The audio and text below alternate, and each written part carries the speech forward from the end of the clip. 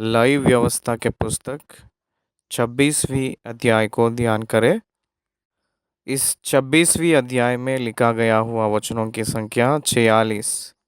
इसमें हम लोगों को प्रामुख्य रूप में बताया गया है कंडीशनल ब्लेसिंग्स। इसका मतलब शर्त लगाते हुए आशीष, शर्तों की आशीषें और परमेश्वर की बात को आज्ञाकारी ना करने के वजह से मिलने वाली सजाएं। और ये सजाएं 5 प्रकार की रीति से परमेश्वर की बात को नहीं मानेंगे तो फर्स्ट पीरियड में कुछ, और भी बात नहीं मानेंगे तो और कुछ, और भी नहीं सुनेंगे तो नहीं मानेंगे तो और कुछ सजाएं, और भी बात नहीं मानेंगे तो और कुछ सजाएं। ऐसे इसका मतलब परमेश्वर की बात ना मानकर चलेंगे तो सजाएं मिलेंगी, और मन को ना फिराएंगे तो ये पूरा होगा। इसी रीति से परमेश्वर की बातों को इनकार करेंगे तो कुछ कर्सेस, शाप, कुछ परीक्षाएं, कुछ नष्टों यानी कुछ निराशाएं, लमसम 55 उन लोगों को किस रीति से आएगा वो सब कुछ इसमें बताया गया है। इस्राएलियों को परमेश्वर ने चुन लिया है, इस्राएलियों को परमेश्वर ने नियुक्त कर लिया है, इस्राएलियों को परमेश्वर ने बुला लिया है, इस्राएलियों को परमेश्वर ने क्या किया है, बचा लिया है। इस्राएलियों को परमेश्वर नया देश देकर चलाया है। इस्राएलियों को परमेश्वर ने सब कुछ वही हुआ है। इस्राएलियों के बीच में परमेश्वर निवास है। इस्राएल के पक्ष परमेश्वर ने व्यवस्था को दिया है। इस्राएलियों के पक्ष परमेश्वर ने भविष्यवक्ताओं को दिए हैं। इस्राएलियों के पक्ष में परमेश्वर राजाओं को दिए हैं। इस्राएलियों के पक्ष में परमेश्वर लॉयल रूप में है। न्याय के हिस्से से वो उनकी तरफ लड़ने के लिए खड़े हैं, और वो एक जिम्मेदारी बनकर खड़े हैं। एट द सेम टाइम उन लोग भी परमेश्वर की तरफ, परमेश्वर की बात मानकर चलने वाले बनकर, उनकी व्यवस्था के अनुसार चलने वाले के रूप में बनकर, उनकी बच्चे बनकर वैसे ही रहने के लिए परमेश्वर चाह रहा है। Just like a wife and husband relationship, पति और पत्नी एक दूसरे को किस रीति से वो लोग भरोसा बनकर रहते हैं, एक दूसरे का यकीन करते हैं, एक दूसरे को धोखा ना देकर रहते हैं, वैसा रहना है कहकर परमेश्वर की उद्देश्य है। वैसे ना रहेंगे तो परमेश्वर उनके लिए कुछ सजाएं, शिक्षाएं देंगे कहकर कहे हैं। उन लोग सारी शर्त जो परमेश्वर कहा है उसको एकदम पालन करेंगे तो आशीष दूंगा कहकर कहा है। परमेश्वर के वचनों को पालन नहीं करने वालों को बहुत गंभीर रूप के भयानक परिस्थितियां आएंगे कहकर परमेश्वर ने कहे हैं। उसके बाद उन लोगों को परमेश्वर सजाएं दिए के बाद अगर वो लोग मन फिराकर पश्चाताप किए हुए बनकर परमेश्वर की तरफ फिर मुड़कर आएंगे तो फिर से परमेश्वर ने शर्त लगाकर आशीषों को उनको देने जा रहा है। इसलिए सबसे पहला आप लोग, इसलिए पहला वचन और दूसरी वचन के बीच में कुछ प्रत्येक आज्ञाएं, तीसरी वचन से लेकर 13वें वचन तक 24 आशीषें 14वीं वचन से लेकर 40 वचन के बीच में 55 शाप, 5 प्रकार, 5 भागों के रूप में। ये 5 पर्याय कौन कौन किस किस की कैसे कैसे श्राप है मैं बताऊंगा, लिख लीजिएगा। 16 और 17 वचनों के बीच में 8 प्रकार की शाप। 16 और 17 के वचनों के बीच में 8 प्रकार के शाप। 18 से 20वीं वचन के बीच में 7 शाप। 21 और 22 वचनों के बीच में 6 प्रकार की शाप। 23 और 26 वचनों के बीच में 6 प्रकार के शाप। 23 और 26 के बीच में 6 प्रकार के शाप। 27 वचन से लेकर 39 वचन के बीच में 27 शाप। फिर से बता रहा हूँ, 16 और 17 वचनों के बीच में 8 प्रकार की शाप है। 18 से 20 वचनों के बीच में 7 शाप। 21 और 22 के बीच में 6 प्रकार के शाप। 23 और 26 के बीच में 6 शाप है। 27 और 39 के बीच में 27 शाप है। परमेश्वर की बात इनकार करेंगे तो 5 प्रकार में अलग अलग प्रकार की सजाएं परमेश्वर ने देने के लिए कहे हैं। पश्चाताप करने वालों को परमेश्वर फिर से 7 प्रकार की आशीषें परमेश्वर ने चाह रहा है। ये इस अध्याय में लिखा गया हुआ प्रामुख्य विशेष रीति के वचन की उपदेश है। पहला और दूसरी वचन पढ़ के हम लोग उसकी विवरण देखेंगे।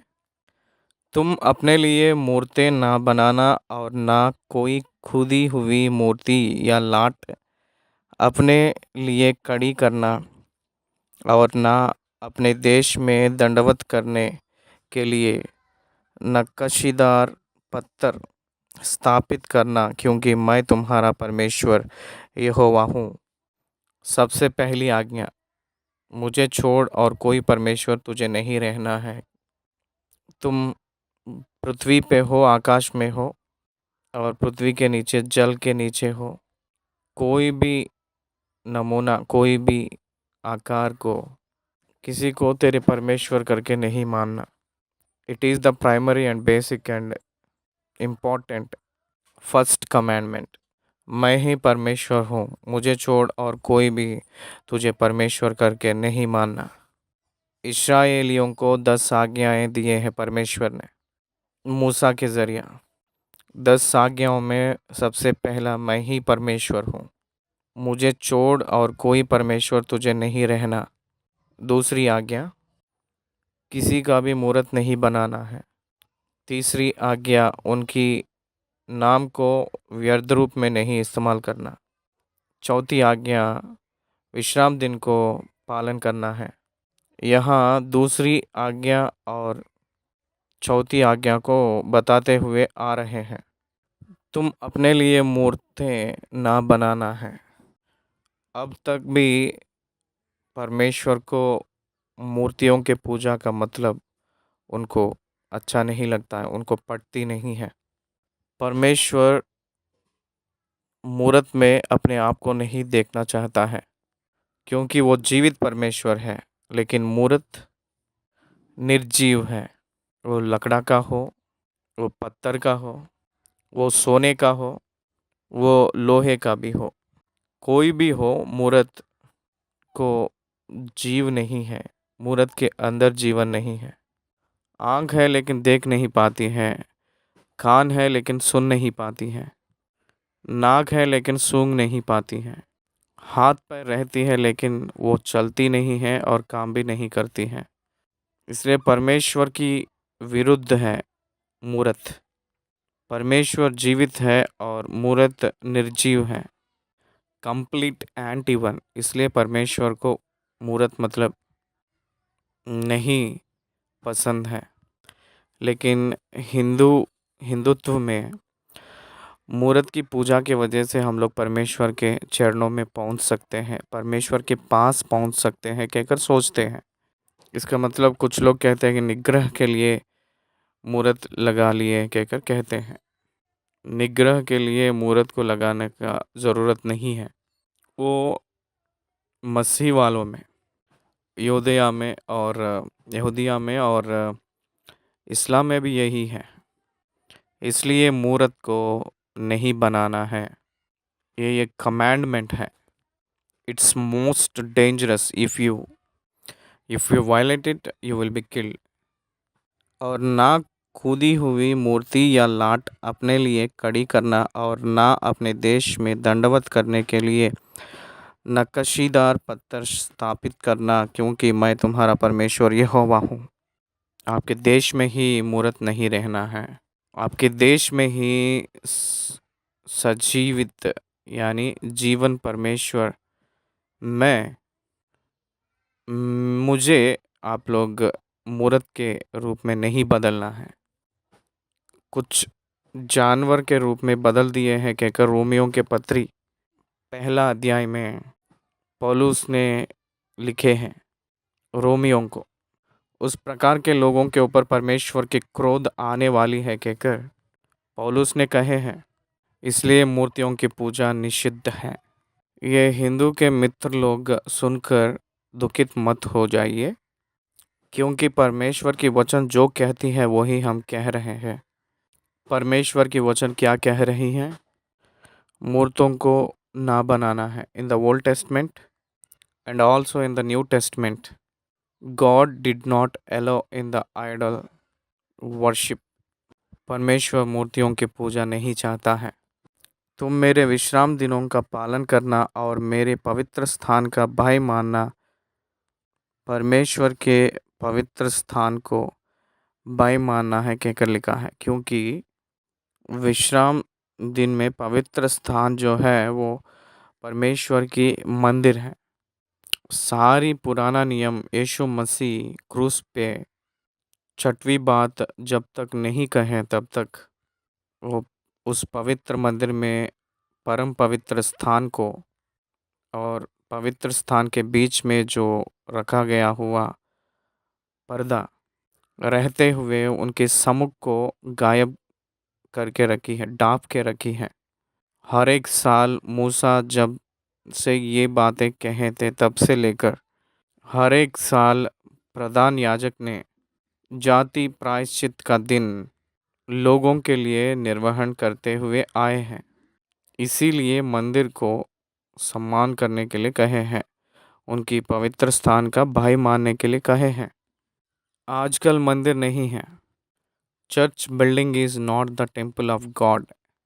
Church building is gathering place for the church people, believers.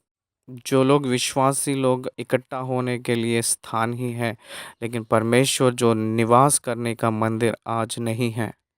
परमेश्वर की मंदिर बना रहे हैं, इसका अर्थ ये है कि परमेश्वर की प्रजा लोग इकट्ठा होने के लिए प्रार्थना की घर कहकर केवल अर्थ आती है। परमेश्वर के मंदिर निवास परमेश्वर के निवास के लिए एक मंदिर बना रहे हैं कहकर कोई भी कहता है तो उसको मानना नहीं। उस टाइप के रूप में आज नहीं बनाना है। वो भी मूर्त ही होगा, इसलिए उस प्रकार के नहीं बनाना है। मेरे पवित्र मंदिर को भाई मानना है कहकर it's a old testament saying. अब है तो पवित्र स्थान अपनी देह होती है, इसलिए अपनी देह को स्वास्तिक रूप में रखना है। अपनी देह को एक अच्छे मार्ग पे रखना है। अपनी देह को बुरी आदत में ना फंसते हुए हम लोग को अपने देह को बचाना है। अपने देह को हम ही सम्मान में रखना है, खराब नहीं करना है, क्योंकि अपना देह ही परमेश्वर का मंदिर है। वैसे ही परमेश्वर का मंदिर कलीसिया है। कलीसिया को सम्मान करना है। इस कलीसिया वाले दूसरे कलीसिया को डांट लेना और दूसरे कलीसिया को झगड़ा करना उसके साथ, हम सब लोग मसीह के कलीसिया है, हम लोग मसीह के शरीर के जैसे हैं, प्रभु के मंदिर हैं। तो इसलिए हम लोग एक दूसरे को सम्मान कर लेना है। That's the meaning in the new testament. उसके बाद तीसरी वचन से लेकर 13वें वचन तक लिखा गया हुआ वचनों के भाग में कंडीशनल ब्लेसिंग्स कहा गया है, पढ़ रहा हूँ। यदि तुम मेरे विधियों पर चलो और मेरी आज्ञाओं को मानकर उनका पालन करो। 3 विषय यहाँ कहा गया है। विधियों पर चलना है और आज्ञाओं को मानना है और उसी आज्ञाओं के अनुसार पालन करना है। इसलिए इस वचन को देखेंगे। If you walk, if you observe my statutes and my commandments and do them, उसी प्रकार आप लोग करेंगे। तो एक वॉकिंग है, दूसरा ऑब्जर्वेशन, तीसरा डूइंग। जब हम लोग परमेश्वर के वचन के अनुसार चलेंगे, परमेश्वर के वचन के अनुसार हम लोग व्यवहार करेंगे, परमेश्वर की वचन को पालन करेंगे, उसकी अनुसार चलेंगे, तब हम लोग के आशीष शुरू होती है। बाइबल ये की कहती है, follow the instructions of God, follow the word of God, follow the commandments of God, follow the statutes of God. जब परमेश्वर के वचन की अधीन रहते हो और उसके आज्ञाकारी बनते हो, आशीष आपके ऊपर बरसेगा।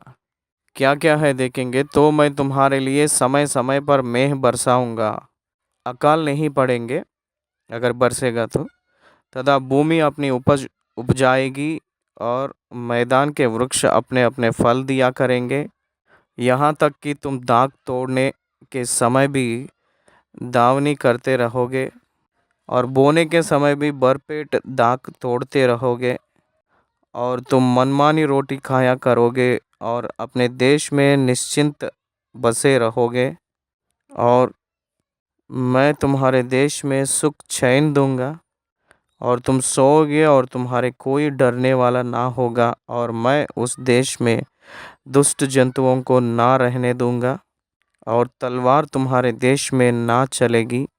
मैं तुम अपने शत्रुओं को मार भगाऊंगा और तुम अपने शत्रुओं को मार भगाओगे और वे तुम्हारी तलवार से मारे जाएंगे। 8वें वचन में कह रहा है, तुम में से 5 मनुष्य 100 को और 100 मनुष्य 10,000 को खदेड़ेंगे। ध्यान दीजिए, multiplying the strength of the nation. इस्राएलियों में आज भी ये जो रीति है, हर एक व्यक्ति मिलिट्री में काम करना है। इस्राएलियों को देखिए, ध्यान दीजिए, कभी वो लोग अपने शारीरिक तौर से बहुत फिट रहते हैं, मानसिक तौर से वो बहुत फिट रहते हैं, इंटेलेक्चुअल में वो बहुत स्ट्रांग रहते हैं, महान रूप में रहते हैं। सारी दुनिया में ये जो जाति है, ये लोग महान रूप में रहने का कारण ये है कि उन देशवासियों को दिया गया हुआ व्यवस्था उसी प्रकार वो लोग चले हैं, इसलिए वो लोग हेल्दी रूप में रहते हैं। उन लोग बहुत रोश से रहते हैं। आज भी इस छोटी सी देश को जय पाने के लिए बहुत देश उसके ऊपर यत्न करते हैं, लेकिन उन लोगों की ओर नहीं हो पा रहा है। इस छोटी सी देश को सारी दुनिया में जो सबसे पहले नंबर के देश फिदा हो रही है, क्या कारण है? कारण ये है कि their God and his word, उनकी परमेश्वर और उनकी बात। 5 मनुष्य 100 को और 100 मनुष्य 10,000 को खदेड़ेंगे। अगर 5 लोग 100 लोगों को खदेड़ेंगे तो 100 लोग 2,000 लोगों को ही खदेड़ना है, लेकिन 10,000 लोगों को खदेड़ेंगे कहकर लिखा है। 500 टाइम्स उनकी स्ट्रेंथ एक्सपैंड हो रहा है, मल्टीप्लाई हो रहा है, नॉट डबल, 5 टाइम्स गुणा हो रहा है, 5 गुणा हो रहा है। 5 लोग 100 लोगों को खदेड़ेंगे तो 100 लोग 10,000 लोगों को खदेड़ना है। किस प्रकार की रीति से मल्टीप्लाई हो रहा है देखिए। शत्रु लोगों को भागना ही काम है और कुछ नहीं है। आपके शत्रु आपके आगे ही नष्ट हो जाएंगे। शत्रु तलवार से तुम्हारे आगे आगे मारे जाएंगे, और मैं तुम्हारी ओर कृपा दृष्टि रखूंगा और तुमको फलवंत करूंगा और बढ़ाऊंगा, और तुम्हारे संग अपनी वाचा को पूर्ण करूंगा। वाचा को परमेश्वर ही स्थापन करूंगा कहकर कह रहे हैं। और तुम रखे हुए पुराने अनाज को खाओगे, और नए के रहते भी पुराने को निकाल लोगे। इसका मतलब यह है कि समृद्धि, आशीष कहते हैं इसको। नया आए तो भी पुराना बचे ही रहेगा, इसका मतलब यह है कि ब्लेसिंग्स। कितना महान वादा है ये, देखिए। आप लोग श्रेष्ठ चीज़ों को खाएंगे, पुराने अनाजों को खाओगे। इसका मतलब फूड सप्लाईज में आपको एवरी टाइम सप्लाईस रहेगा। भोजन के विषय में कमी नहीं रहेगा। 23 भजन संहिता में कहा है, यहोवा मेरा चरवाहा है, मुझे कोई गति नहीं है। हरी चराइयों में मुझे बिछाता है, वह मुझे सुखदायक जल के झरने के पास ले चलता है। वो मुझे चैन देता है। शत्रुओं के सामने मेज वो बिछाता है, भोजन खिलाता है। These all are true lines in the Israelites। इजरायलियों के जीवन में सब कुछ वास्तव है कहकर हम लोगों को समझ आ रही है। मसीह वालों के जीवन में ये 100 गुना वास्तव है, सच्चाई है। इस्राएलियों से भी यीशु मसीह वाले यानी मसीह वालों का जो स्थिति महान है, मसीह वालों की धन्य बहुत महान है। मसीह वालों के भाग्य महान है। मसीह वालों के अंदरूनी में अंतर्गत परमेश्वर ही निवास है।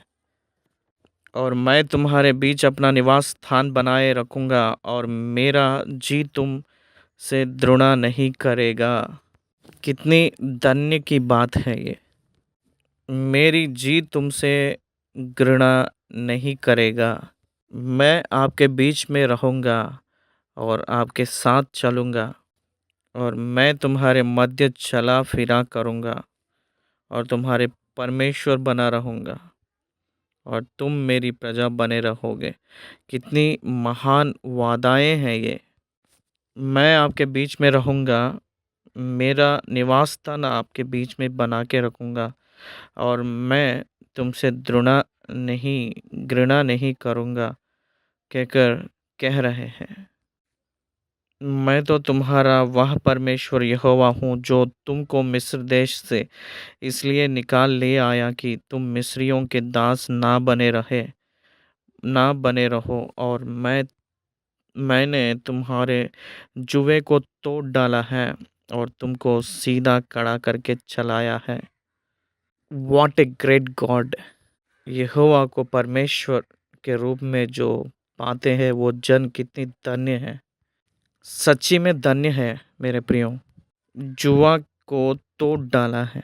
God delivered us from the yoke of the enemy.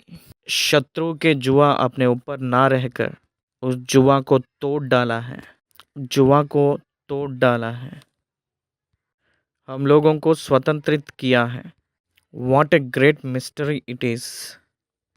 हर एक व्यक्ति भविष्य के बारे में सोचते हुए डरता है, लेकिन मसीह लोग भविष्य के लिए नहीं डरते हैं, क्योंकि उसका परमेश्वर उसके साथ है।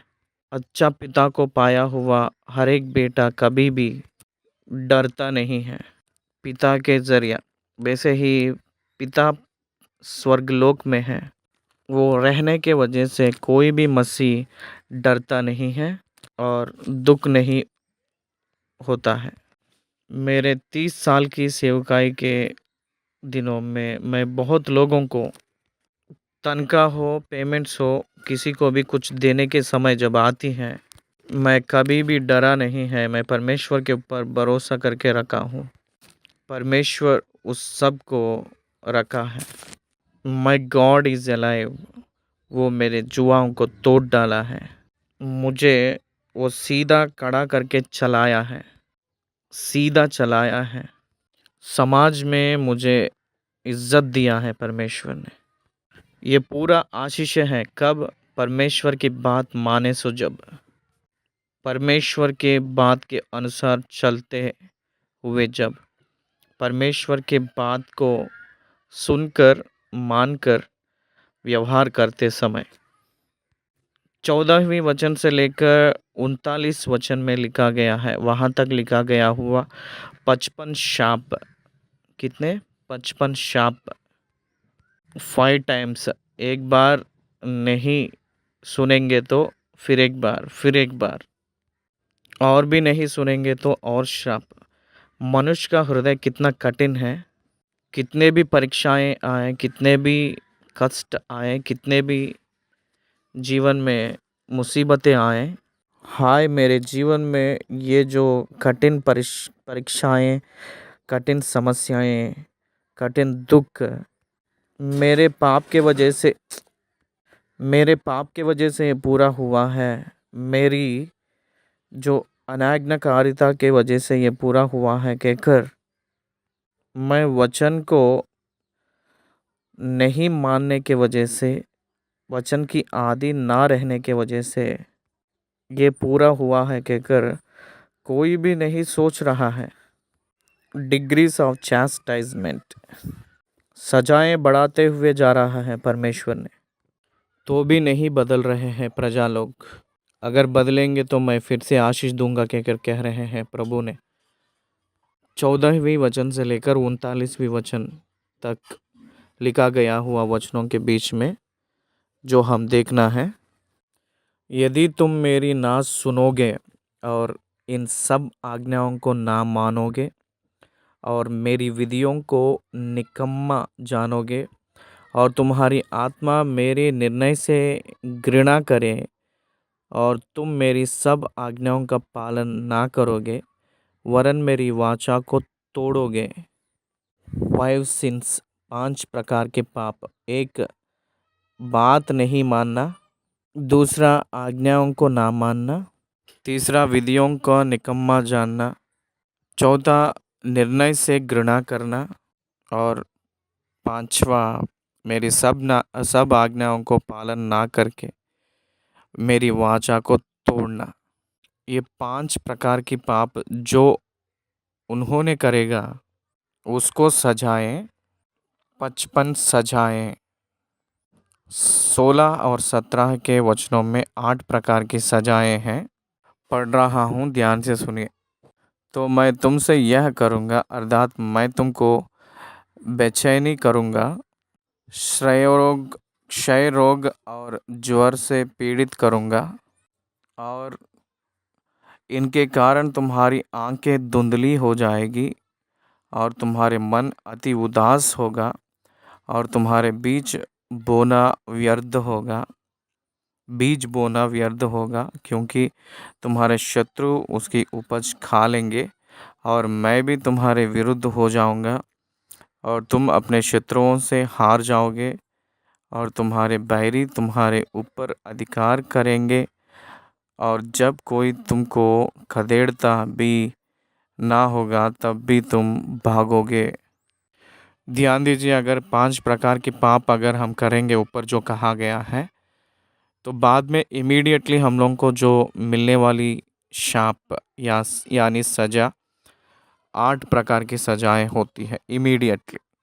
ये 8 आए के बाद में भी 18वीं वचन, और यदि तुम इन बातों के उपरांत भी मेरी ना सुनो तो तुम्हारे पापों के कारण तुम्हें 7 गुणी ताड़ना और दूंगा। इसका मतलब यह है कि डिग्री बढ़ाए हैं परमेश्वर ने। और 18 से लेकर 20वीं वचन तक 7 प्रकार के शाप यहाँ कहते हुए आ रहे हैं।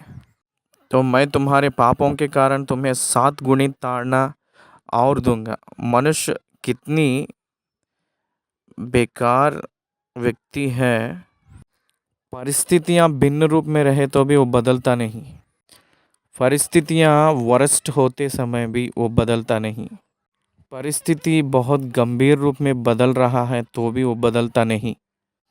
Until a person change he cannot receive anything. एक मन नहीं फिराएगा तो परमेश्वर की ओर से कुछ भी नहीं प्राप्त कर लेगा। 7 गुनी ताड़ना और भी दूंगा कहकर कह रहा है यहाँ। और तुम्हारे बल का घमंड तोड़ डालूंगा और तुम्हारे लिए आकाश को मानो लोहे का और भूमि को मानो पीतल की बना दूंगा। और तुम्हारा बल अखरात गंवाए जाएगा, क्योंकि तुम्हारी भूमि अपनी उपज ना उपजाएगी और मैदान के वृक्ष अपने फल ना देंगे। 7 शाप यहाँ कहा गया है। 21 और 22 वचनों में 6 प्रकार के शाप। यदि तुम मेरे विरुद्ध चलते ही रहो और मेरा कहना ना मानो तो मैं तुम्हारे पापों के अनुसार तुम्हारे ऊपर और 7 गुना संकट डालूंगा। अब तक ही 15 शाप मिल चुका है, तो भी वैसे ही परमेश्वर के विरुद्ध चलेंगे तो और 6 प्रकार के शाप मिलेगा। पहले 7 गुना दिया है, उससे भी और 7 गुना बढ़ेगा। ध्यान दीजिए सजाएं किस प्रकार की रीति से और बढ़ा रहे हैं परमेश्वर ने, तो भी वो लोग बदलते नहीं हैं। और मैं तुम्हारे बीच वन पशु भेजूंगा जो तुमको निर्वास करेंगे और तुम्हारे घरेलू पशुओं को नष्ट कर डालेंगे और तुम्हारी गिनती घटाएंगे, जिससे तुम्हारी सड़कें सूनी पड़ जाएंगी। यहाँ 6 प्रकार के शाप हैं। 23वीं वचन में, फिर यदि तुम इन बातों पर भी मेरी ताड़ना से ना सुधरे और मेरे विरुद्ध चलते ही रहो, इसका मतलब और भी नहीं बदलेंगे तो। That's the fourth time. 23 से लेकर 26 वचन के बीच, 23 से लेकर 26 के वचनों के बीच में लिखा गया हुआ शाप, 6 प्रकार के शाप। तो मैं भी तुम्हारे विरुद्ध चलूँगा और तुम्हारे पापों के कारण मैं आप ही तुमको 7 गुना मारूंगा। फिर थर्ड टाइम बता रहे हैं कि फिर 7 गुना बढ़ाऊंगा कहकर कह रहे हैं। और मैं तुम पर एक ऐसी तलवार चलाऊंगा जो वाचा तोड़ने का पूरा पलटा लेगी। और जब तुम अपने नगरों में जाकर इकट्ठे होंगे, तब मैं तुम्हारे बीच मरी फैलाऊंगा और तुम अपने शत्रुओं के वश में सौंप दिया जाओगे। जब मैं तुम्हारे लिए अन्न के आधार के दूर कर डालूंगा, तब 10 स्त्रियां तुम्हारी रोटी एक ही तंदूर में पकाकर तौल तौल कर बांट देंगी और तुम खाकर भी तृप्त ना होंगे। चौथी भाग के श्राप में और कठिन श्राप दे रहा है। ये एक सजा को एक्सप्लेन करने के लिए मिनिमम एक ईच 10 मिनट्स पकड़ती है। ऐसे कुछ घंटों तक हम लोग बात कर सकते हैं। ये हम लोग को समझ में नहीं आने वाली बात कुछ नहीं है इसमें। आप लोग मन लगाकर सोचेंगे तो आपको ही समझ आएगी। इसलिए परमेश्वर की बात को विरुद्ध में रहकर उसके अनुसार ना चल के अच्छा से चलिएगा। उसके बाद 27वें वचन से लेकर 39 वचन तक अगर हम देखेंगे तो इसमें हम लोगों को 27 शाप मिलेगी।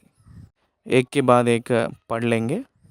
फिर यदि तुम इसके उपरांत भी मेरी ना सुनोगे, किस प्रकार 7 गुना 7 गुना 7 गुना सजा बढ़ाते हुए आए के बाद 28वीं शाप अभी तक दिए तो भी तब भी मेरी बात ना मानकर मेरे विरुद्ध आप चलेंगे तो 28वें वचन में लिखा है, तो मैं अपने न्याय में तुम्हारे विरुद्ध चलूँगा और तुम्हारे पापों के कारण तुमको 7 गुनी ताड़ना भी और भी दूंगा।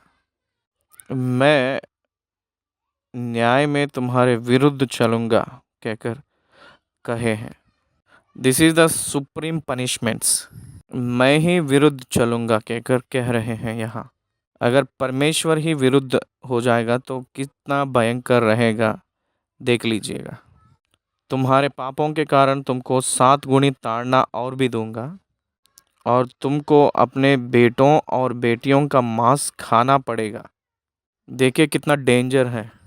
दे विल बिकम कैनिमल्स। वो भी खुद के बेटों का भोजन खाना है। इसका मतलब यह है कि कितना भयानक चीज़ है ये। दूसरी राजाओं के पुस्तक 14 अध्याय में यही परिस्थिति उस देश में है। इस्राएल राजा ने चल रहा था। 2 स्त्री लोग आकर, हे प्रभु राजा, कल स्त्री की बच्चा को हम लोग काट के खाए हैं। आज उसकी बेटा का भोजन को खाने के लिए अगर हम लोग बात कर रहे थे, झगड़ा कर रहे थे, तो उस समय राजा कपड़े फाड़ कर रो रहा था, वस्त्र को फाड़ कर रो रहा था। कितनी भयानक शाप है ये। बच्चों को काट कर खाना क्या है ये? मैं कह रहा हूँ ना, कितना महान बातें, महान एक्सप्लेनेशन एक एक शाप को विवरण देने के लिए है। इसलिए मेरे प्रिय परमेश्वर के पुत्रों, परमेश्वर की आशीष से भी उसकी बात ना मानने के वजह से आने वाली शाप की संख्या बढ़कर दिख रही है। हमें उसकी अधीन रहकर आने वाली आशीषों से भी अधीन ना रहने के वजह से मिलने वाली शाप बहुत ज़्यादा है कहकर कह रहा है। और मैं तुम्हारे पूजा के ऊंचे स्थान को ढा दूंगा, और तुम्हारे सूर्य की प्रतिमाएं तोड़ डालूंगा, और तुम्हारी लोथों को तुम्हारी तोड़ी हुई मूर्तियों पर फेंक दूंगा, और मेरी आत्मा को तुमसे घृणा हो जाएगी। मेरी जी तुमसे घृणा नहीं करेगा कहकर जो कहा गया है परमेश्वर, वही परमेश्वर ने अब मेरी जी तुमसे घृणा हो जाएगी कहकर, मेरी आत्मा को तुमसे घृणा हो जाएगी कहकर कह रहे हैं। कब? मूर्तियों की पूजा करने की वजह से। और मैं तुम्हारे नगरों को उजाड़ दूंगा, और तुम्हारे पवित्र स्थानों को उजाड़ दूंगा, और तुम्हारा सुखदायक सुगंध ग्रहण ना करूंगा, और मैं तुम्हारे देश को सूना सूना कर दूंगा, और तुम्हारे शत्रु जो उसमें रहते हैं वे इन बातों के कारण चकित होंगे। और मैं तुमको जाति जाति के बीच तितर बितर करूँगा, और तुम्हारे पीछे पीछे तलवार खींचे रहूँगा, और तुम्हारा देश सूना हो जाएगा, और तुम्हारे नगर उजड़ उजाड़ हो जाएंगे। तब जितने दिन वह देश सूना पड़ा रहेगा और तुम अपने शत्रुओं के देश में रहोगे, उतने दिन वह अपने विश्राम वालों को मानता रहेगा। तभी वह देश विश्राम पाएगा, अर्थात अपने विश्राम वालों को मानता रहेगा। बाबिलोन में 70 साल वही हुई है। यहूदा यहूदा ने राजा सिदकिय्याह जब पालन कर रहा था, उस समय नबूकदनेस्सर ने सिदकिय्याह राजा के आंखों को उखाड़कर उन सबको बाबिलोन में ले जाकर मार डाला था। उसके बाद 3 राजाओं को दिए के बाद में भी वो लोग खड़े नहीं हो पाए थे। 3 बार वो लोग बाबिलोन में गुलामी बनकर गए हैं। उससे पहले ही ईसवी पूर्व में अशूर इज़राइल गुलामी बनकर गए हैं। बाबिलोन के राजा नबूकदनेस्सर ने अशूर राजा को मार डालकर उन सभी लोगों को, इस्राएलियों को ले जाकर गुलामी बनाकर 70 साल उनकी वहाँ रखा है। सोच लीजिए, परमेश्वर जो वचन कहा है, तो जो कहा है वो बिल्कुल करने के लिए वो करता है कहकर दिखाया है करके। जितने दिन वह सूना पड़ा रहेगा उतने दिन उसका विश्राम रहेगा, अर्थात जो विश्राम उसको तुम्हारे वहाँ बसे रहने के समय तुम्हारे विश्राम वालों में ना मिला होगा, वह उसको तुम मिलेगा। और तुम में से जो बच रहेंगे और अपने शत्रुओं के देश में होंगे, उनके हृदय में मैं कयारता उपजाऊंगा, और वे पत्ते के कड़खने खड़खाने से भी भाग जाएंगे, और वे ऐसे ही भागेंगे जैसे कोई तलवार से भागे, और किसी के बिना पीछा किए भी वे गिर गिर पड़ेंगे। कितनी महान हिम्मत वाले इस्राएलियों ने पत्ते का आवाज सुनकर भागेंगे के अगर लिखा है। उनके मन दुर्बल हो जाते हैं। जब कोई पीछा करने वाला ना हो तब भी मानो तलवार के बाई से वे एक दूसरे से ठोकर खा खा कर गिरते जाएंगे, और तुमको अपने शत्रुओं के सामने ठहरने की कुछ शक्ति ना होगी। तब तुम जाति जाति के बीच पहुंचकर नष्ट हो जाओगे, और तुम्हारे शत्रुओं की भूमि तुमको खा जाएगी। इसका मतलब आपको देश नहीं रहता है। यीशु मसीह को क्रूस पर चढ़ाने के कारण आप लोग जनता के रूप में ना रहकर नष्ट हो जाएंगे। ईस्वी पूर्व 70वीं शताब्दी में टाइटस कहकर रोमन गवर्नर ने इस्राएलियों को सारी दुनिया के चारों ओर सब लोगों को भगा दिया है, तितर बितर कर दिया है, और मंदिर को नाश कर दिया था। इस्राएलियों को ईस्वी पूर्व 70वीं साल से लेकर 1948 तक उन लोगों को नक्शा में देश ही ना रहकर चले गया था। अन्य लोग ने इस सारी इतिहास को जानकर क्यों नहीं सोचते हैं, मुझे समझ नहीं आता है। इस्राएलियों के परमेश्वर की बुलाहट को मानकर आदम से लेकर इस्राएलियों का देश की नियुक्त करना, ये सब कुछ आदम से लेकर अब्राहम को परमेश्वर ने बुलाकर वहाँ से लेकर इस्राएल के देश तक, ये सब कुछ देखकर भी अन्य लोग क्यों विश्वास नहीं करते हैं, मुझे समझ में नहीं आती है। परमेश्वर मूर्तियों की पूजा नहीं चाहिए कि अगर जितने भी कहे तब भी उसको नहीं छोड़कर किस रीति से रहते हैं, मुझे अभी तक समझ नहीं आती है।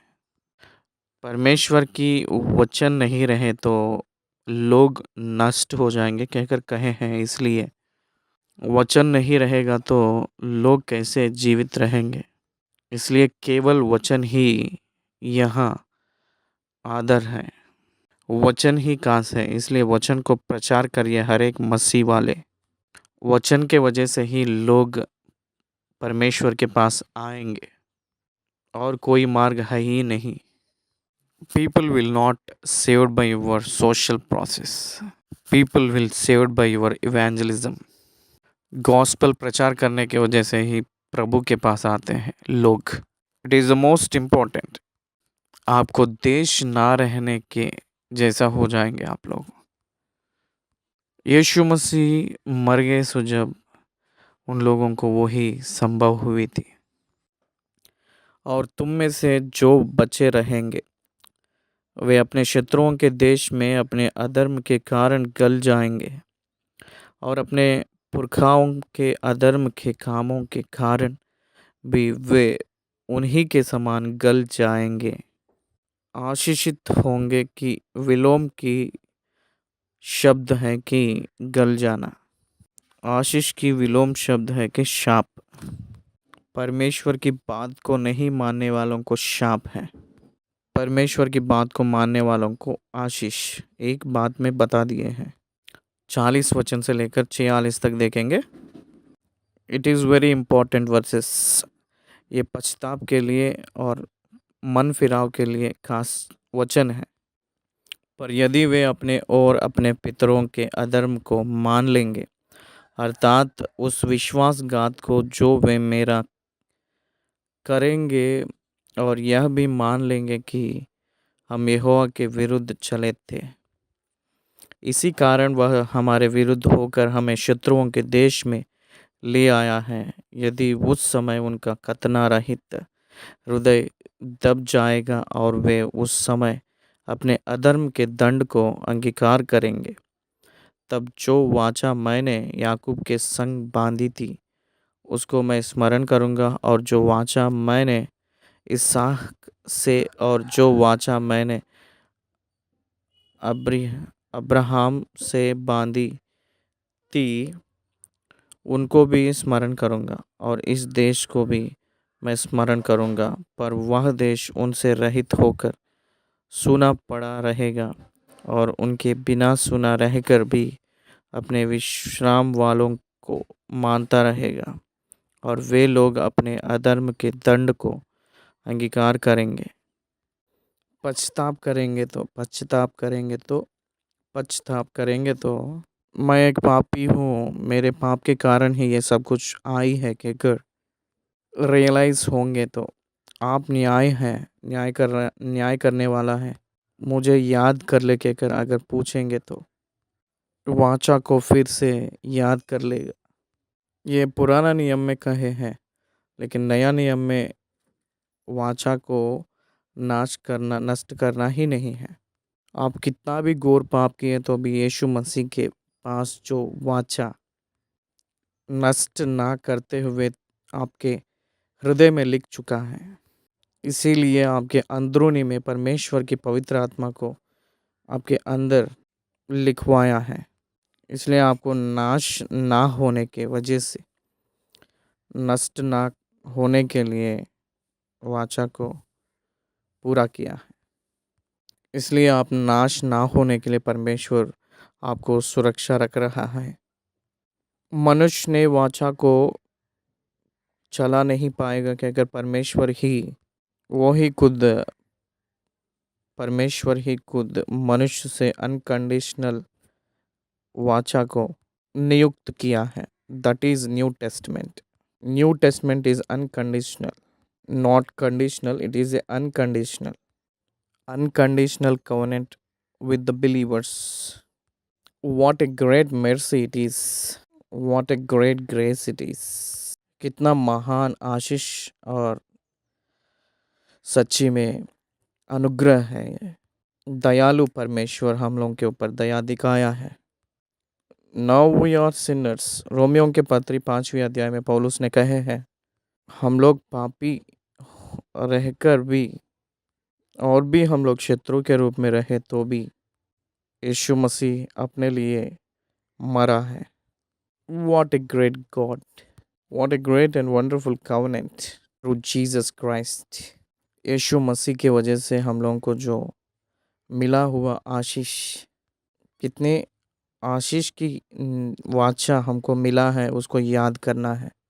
उस दिन अब्राहम से जैसे वादा किया था वैसे यीशु मसीह उनके प्रिय पुत्र पिता परमेश्वर ने अपने नाम के कारण किया हुआ वाचा कलीसिया आज अनुभव कर रहा है। I am saved because of my God's goodness, because of my God's grace, because of my God's faith, right?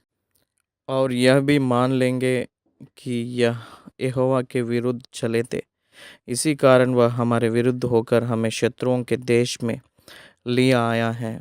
यदि उस समय उनका कथना रहित हृदय दब जाएगा और वे उस समय अपने अधर्म के दंड को अंगीकार करेंगे, तब जो वाचा मैंने याकूब के संग बांधी थी उसको मैं स्मरण करूँगा, और जो वाचा मैंने इसहाक से और जो वाचा मैंने अब्राहम से बांधी थी उनको भी स्मरण करूँगा, और इस देश को भी मैं स्मरण करूँगा। पर वह देश उनसे रहित होकर सूना पड़ा रहेगा, और उनके बिना सूना रहकर भी अपने विश्राम वालों को मानता रहेगा, और वे लोग अपने अधर्म के दंड को अंगीकार करेंगे। इसी कारण से उन्होंने मेरी आज्ञाओं का उल्लंघन किया था और उनकी आत्माओं को मेरी विधियों से घृणा थी। इतने पर भी जब वे अपने शत्रुओं के देश में होंगे तब मैं उनको इस प्रकार नहीं छोड़ूंगा। परमेश्वर फिर से रिस्टोरेशन शुरू किया है। यशायाह के पुस्तक में हम लोग को यही पता चलता है। पहले 39 अध्याय सज़ा के बारे में बात करेंगे तो बाकी 27 अध्याय रेस्टोरेशन के बारे में बात किए हैं। God restore his people his by giving the forgiveness. पाप की क्षमा को फिर से परमेश्वर देने के लिए उस समर्थी है। और ना उनसे ऐसी घृणा करूँगा कि उनका सर्वनाश कर डालूं और अपनी वाचा को तोड़ दूं जो मैंने उनसे बांधी है, क्योंकि मैं उनका परमेश्वर यहोवा हूँ। मैं रहने वाला बोलने वाला हूँ। मैं जो हूँ सो हूँ। मैं बदलता नहीं हूँ। मैं पहले से ही बता रहा हूँ, आदि में रहेंगे तो आशीष, अगर इनकार करेंगे तो शाप, पछताप करेंगे तो फिर से आशीष। मेरे अंदर बदलाव नहीं है। मैं पहले से ही ये बातें बता रहा हूँ। सारी बाइबल के इतिहास यही बता रही हैं कि वो बदलता नहीं है। वो हम लोगों को नाश ना करते हुए है, इसलिए हम लोग अभी भी नाश नहीं हुए हैं कहकर वचन कहती हैं। परंतु मैं उनकी भलाई के लिए उनको उनके पितरों से बांधी हुई वाचा को स्मरण करूँगा, जिन्हें मैं अन्य जातियों की आंखों के सामने मिस्र देश से निकाल कर लाया, कि मैं उनका परमेश्वर ठहरूं। मैं यहोवा हूँ। जो जो विधियों और नियम और व्यवस्था यहोवा ने अपनी और इस्राएलियों के लिए सीनाई पर्वत पर मूसा के द्वारा ठहराई थी, वे यही है। परमेश्वर इस्राएलियों के लिए दिया गया हुआ न्याय और आज्ञा यही है कहकर बताया है। इसलिए 26वीं अध्याय समाप्त हुई है। धन्यवाद। परमेश्वर की आशीषें, परमेश्वर की शाप, कंडीशनल ब्लेसिंग्स, और जो रिपेंट होते हैं, पछताप होकर वापस मुड़ते हैं, उन लोगों को आशीषें हम लोग देख रहे हैं। परमेश्वर कोई मनुष्य को नाश होने के लिए नहीं चाहता है कहकर इस अध्याय के जरिया हमको समझ आ रही है। मनुष्य पतन होने का वजह से परमेश्वर खुश नहीं रहता है। मनुष्य आग की भट्टी में जाना परमेश्वर को नहीं इच्छा है। हम लोग पछताप करके उसके पास आने के लिए वो चाह रहा है। वैसे वापस आएंगे तो मैं स्मरण करूँगा कह रहा है। वापस आओ कहकर, इस्राएलियों को वापस आओ कहकर बुलाहट भेजा है। विश्वासियों को कम बैक टू अगेन कहकर बुला रहा है। जो उड़ा पुत्र के लिए इंतज़ार किया हुआ पिता के समान विश्वासी होकर आप बिगड़ गए हैं क्या? आपके लिए परमेश्वर इंतज़ार करते हुए बुला रहा है। 26वीं अध्याय समाप्त हुई है। धन्यवाद।